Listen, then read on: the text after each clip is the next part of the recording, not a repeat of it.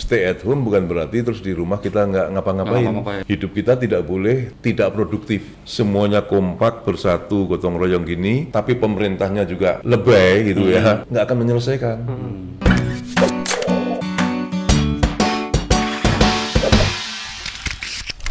Halo Tribuners, selamat datang di Tribun Podcast. Seperti biasa tentunya barengan Angga Prayoga di sini dan juga ada Mas Danang. Siap. Yang setia tentunya menemani Tribuners sambil ngobrol-ngobrol santai dengan bintang tamu yang selalu kita hadirkan Spesial di setiap ya? episode-nya ya. Sore ini spesial Kali kita. ini spesial kita sudah hadirkan, sudah ada di tengah-tengah kita. Ini adalah salah satu sosok yang bisa dibilang ini tokoh masyarakat yang cukup terkenal, bahkan sangat terkenal di Kota Batam dan juga Kepulauan Riau. Tokoh senior Kepri juga dan bahkan lebih banyak masyarakat yang lebih kenal beliau nih ketimbang saya di Mas Danang. Dan pendatang, tapi Benar. meskipun kita pendatang kita juga tetap kenal lah beliau ini ya. Seperti apa nanti kita akan ngobrol-ngobrol ya. Mungkin banyak juga yang bertanya-tanya. Teman ngobrol kita ini seperti apa, nanti akan tahu lah, akan lebih mengenal Akan lah, gitu. kita Kita gali ya. Sekali-kali kita interogasi ini. Dan langsung aja kita sambut, ini dia ada Pak Suryo Respationo. Selamat sore Pak. Selamat datang, sore. Romo. Nah, ini biasanya selalu akrab dipanggil Romo. Romo. Ya. Siap. Panggil Romo. Itu ada ceritanya gak sih kenapa dipanggil Romo itu? Ya, kebetulan saya ini kalau orang Jawa bilang kilurahnya orang Jawa. Kilurah. Ya, nah Romo itu panggilan untuk orang yang dituakan. Nah, Jadi bisa bapak, bisa nah, jadi Romo itu orang yang dituakan lah. Orang yang dituakan. Ini buat teman-teman Tribuners. Tapi masih muda.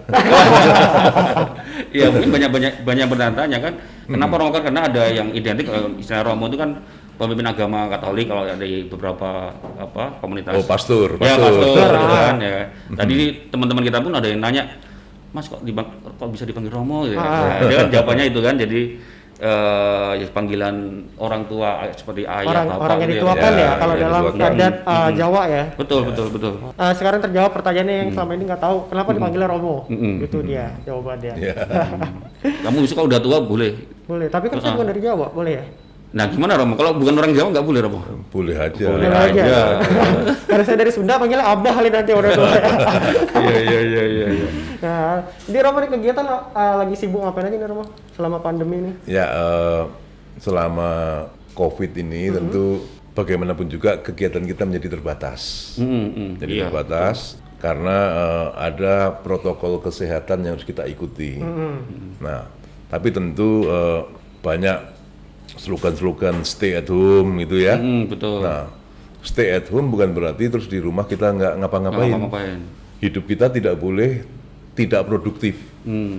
Walaupun di rumah kita harus tetap produktif.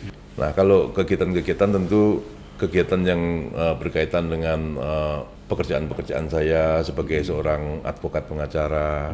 Kemudian kegiatan Masih saya aktif Romo ya? saya masih Advokat, aktif ya, mulai tahun 87 sampai sekarang. Kemudian kegiatan saya sebagai ketua partai, sebagai kilurah di Paguyuban, tentu tidak boleh berhenti. Nah, kita nggak boleh gaptek lagi di era globalisasi ini. Iya, benar banget. Tentu kita harus menyesuaikan dengan perkembangan zaman. Adaptif ya Romo ya. Nah, sekarang kan namanya meeting, namanya ngobrol kan tidak harus face to face, secara langsung direct ya, tapi bisa lewat Zoom, bisa lewat video call. Nah, itu menyelesaikan sebetulnya sebagian dari permasalahan kita. Walaupun mohon maaf, walaupun rasanya kurang mantap kalau nggak face to face.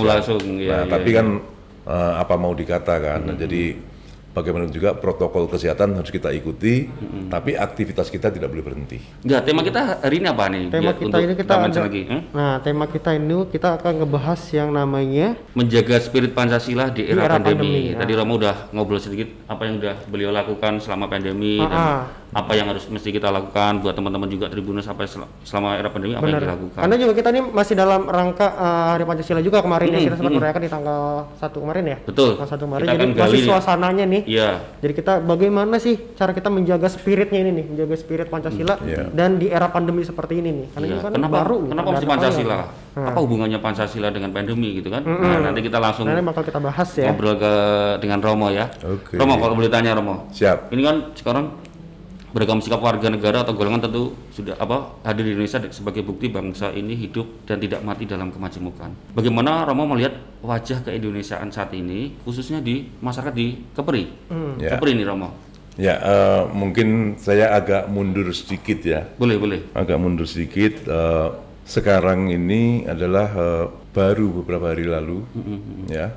Ini hari lahirnya Pancasila. Tanggal 1 Juni. Tanggal 1 Juni. Iya. Nah, tentu bincang-bincang kita pada sore hari ini mungkin bisa merefleksikan ya. Bagaimana Pancasila kok ada kaitan apa dengan COVID kan? Ya. Nah, Pancasila 1 Juni hari lahir Pancasila yang tiap tahun diperingati itu ada dasar hukumnya. Dasar hukumnya itu keputusan Presiden nomor 24 tahun 2016. Oh, oke. Nah, kemudian apa sih kalau Pancasila dikaitkan dengan COVID?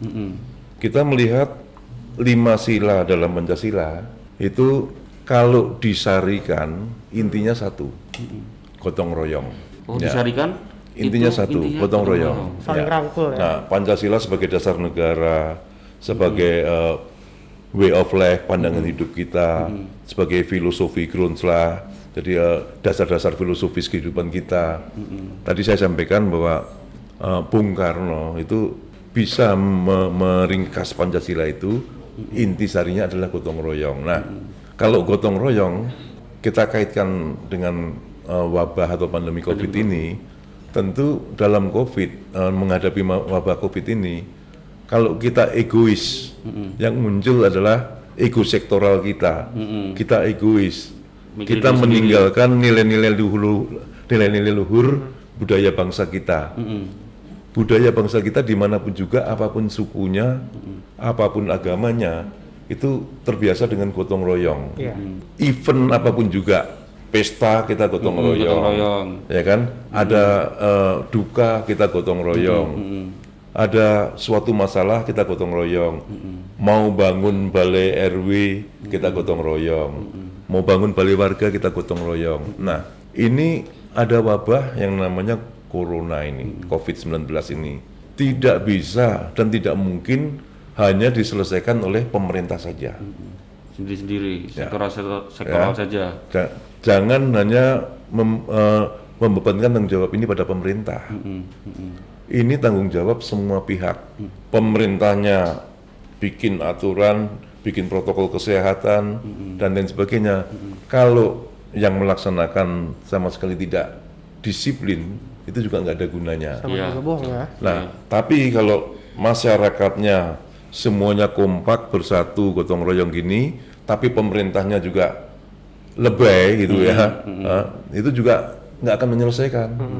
Jadi antara pemerintah dan seluruh stakeholder termasuk seluruh elemen masyarakat harus menyatu padu, bergotong royong bahwa ini adalah masalah kita bersama. Kalau masalah kita bersama, penyelesaiannya juga harus bersama. Nah, satu sisi misalnya pemerintah daerah, pemerintah Provinsi Kepulauan Riau, pemerintah Kota Batam tidak boleh semata-mata mendasarkan kekuasaan belaka. Pasang mata, pasang telinga, dengarkan juga apa yang ada di masyarakat. Benar, Betul. benar. Satu sisi. Iya. Sisi yang lain juga masyarakat tidak boleh punya pemikiran, ini udah ada yang ngurus, gugus tugas. Iya. Ya kan? Nah, ini juga nggak boleh. Nah, makanya dalam situasi yang seperti ini harus ada kerjasama dan juga gotong royong antara pemerintah dan yang diperintah, masyarakat. Hanya dengan cara seperti itu, insya Allah kita bisa melewati COVID ini dengan yang kita harapkan. Misalnya nanti menuju ke new normal dan sebagainya, ya kan? Jadi kalau satu sisi pemerintah daerah mengatur tidak boleh ini, tidak boleh ini, tidak boleh ini, jangan hanya tidak boleh ini, ya kan? Terus bagaimana, kan Iya. gitu kan? Nah, kalau semuanya sudah ada, terus masyarakatnya cuek-cuekan, itu juga sama aja bohong, Iya. ya kan? Gitu kira-kira Mas. Romo, kalau jadi dari apa yang disampaikan Romo tadi, gotong royong kalau di masyarakat Kepri sendiri menurut Romo Ya. gimana? Udah ada belum Romo? Maksudnya, Ya. ya mungkin sudah ada atau mungkin menurut Romo Sebetulnya jiwa gotong royong itu ada pada setiap diri manusia siapapun juga. Setiap insan selalu ada itu ya jiwa itu Ya, ya. jiwanya itu ada semua. Karena kita makhluk sosial Nah, gitu, Romo, ya. iya, karena kita makhluk sosial kan, iya. tidak bisa hidup sendiri. Nah, tapi kadang-kadang ada yang kadarnya 0,7%, ada yang kadarnya 20%, ada Levelnya yang berbeda 100%. Ya. Nah, bagaimana sekarang tugas kita untuk menggali dari masing-masing jiwa supaya sifat gotong royong itu muncul maksimal 100%. Kalau kita bilang masyarakat Kepri itu jiwa gotong royong masih ada atau enggak, saya pikir masih ada. Masih ada. Di era pandemi ini kelihatan, Di Romo, era menurut- pandemi ini menurut kelihatan. pengamatan Romo, Iya. kelihatan, ya. Jadi yang gampang-gampang saja lah. Masyarakat dari berbagai komponen, berbagai organisasi dan lain sebagainya, itu banyak yang taken list. Oh iya iya. 100.000, Patungan. 50.000, Iya. ya kan 5 super mie, 10 telur, patungan-patungan kumpulkan terus membantu kemana-mana. Kita jangan melihat nilai atau jumlahnya, Betul. tapi itikat atau nawa itu dari masing-masing pribadi itu yang harus kita lihat. Semangatnya tadi ya. Ya, nah ini satu sisi memang ini wabah, tapi di balik musibah ada berkah kalau saya bilang, memunculkan kembali jiwa gotong royong di antara sesama kita. Setuju. Gitu. Momentum, harus bisa Momentum, dimanfaatkan ya. untuk guyup, untuk Ya. Untuk bisa lebih peduli lagi ya. Kalau sudah seperti ini tidak muncul jiwa gotong royongnya ya kebangetan kebangetan. ini ya kan. Mungkin udah keras kayak hatinya ya. Iya iya iya iya. Itulah makanya tadi ada sangkut pautannya dengan Pancasila ya. Di sila kelima itu bahkan persatuan bagi seluruh rakyat Indonesia. Itulah salah satunya ya. Sila kelima loh, ayo. Itu Sila kelima ya. keadilan Keadilan sosial. sosial. Keadilan bagi sosial seluruh untuk SNK. Indonesia. Oh, jadi kayak perlu latihan Pancasila lagi nih. Mas Angga, ayo. Terus ini, ya. Nanti kayak balik dari sini langsung dihukum ya. Peringatan terakhir. Pancasila saya nih. Iya. Jadi itu dia ya, ada sangkut pautannya berarti dengan pandemi Pancasila ini ya. Ya, mungkin menurut Romo bisa dijelaskan nih buat teman-teman Tribunus, mungkin sedikit diulang. Ya. Jadi Pancasila itu apa, Romo?